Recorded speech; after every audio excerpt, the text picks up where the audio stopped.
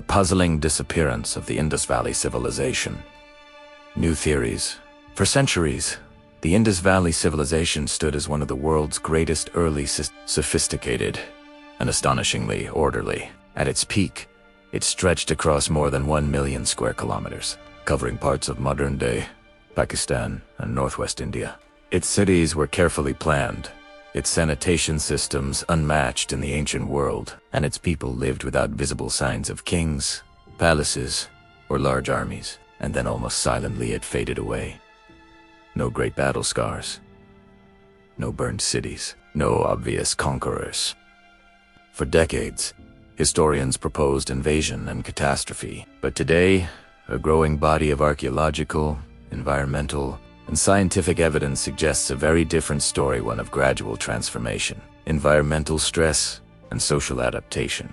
This is the story of how one of humanity's earliest urban civilizations did not collapse overnight but slowly changed, dispersed, and evolved. The height of Indus civilization around 2600 BCE. The Indus Valley Civilization entered its mature phase. Cities like Harappa, Mohenjo-daro, Dholavira, and Lohale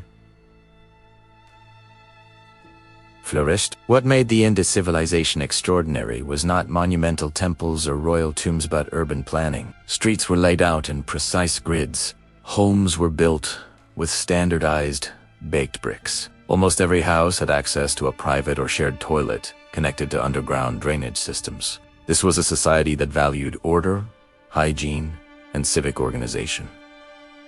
Trade networks extended as far as Mesopotamia. Indus seals have been found in modern-day Iraq, while Mesopotamian texts mention a distant land called Maluha, believed to be the Indus region. And yet, despite its scale, the civilization left behind no deciphered written history. Their script remains undecoded, one of archaeology's greatest mysteries. The traditional collapse theory for much of the 20th century.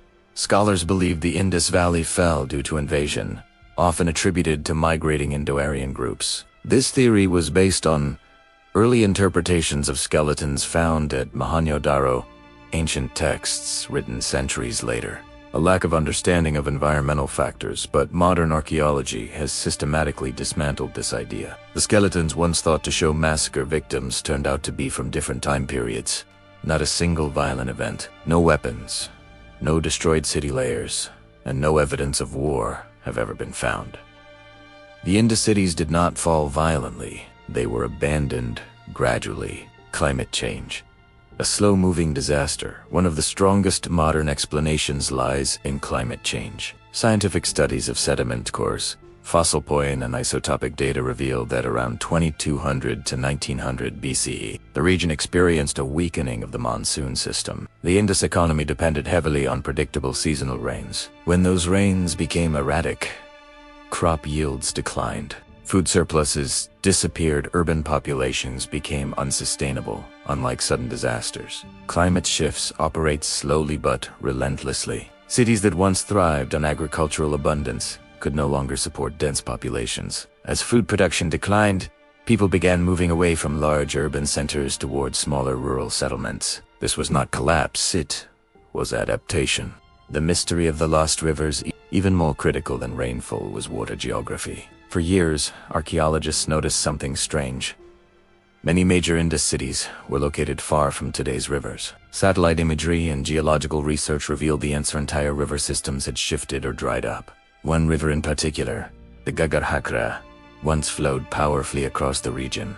Many scholars believe this river corresponds to the legendary Saraswati River mentioned in later Vedic texts. Around the time of Indus decline, tectonic activity altered river courses. Glacial meltwater sources changed rivers, either dried up or migrated eastward. Cities built along these rivers suddenly found themselves without reliable water. When rivers die, civilizations move. Urban decline without chaos. What makes the Indus case unique is how orderly its decline appears. Archaeological layers show no widespread fires, no mass destruction, no abrupt abandonment. Instead, we see shrinking cities. Large public buildings were no longer maintained. Standardized bricks gave way to regional styles. Trade networks diminished. Urban life became unsustainable, but people didn't vanish. They reorganized, social restructuring and decentralization. Another emerging theory focuses on internal social change. The Indus civilization appears to have operated without strong centralized rulers. There is little evidence of kings, elite burials, or monumental propaganda. This may have been a strength during stability, but a weakness during environmental stress. As trade collapsed and resources dwindled, central urban authority weakened. Communities became more localized. People migrated east toward the Ganges plain, where rainfall was more reliable rather than one civilization ending. Many regional cultures emerged, carrying forward Indus traditions in pottery, farming, and settlement patterns. Genetics and continuity.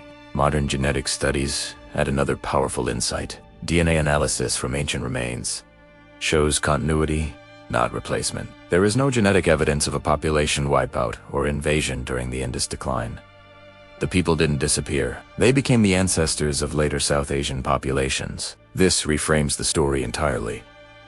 The Indus Valley Civilization did not die, it transformed. Why the Indus story matters today. The Indus Valley offers a profound lesson. Here was a civilization.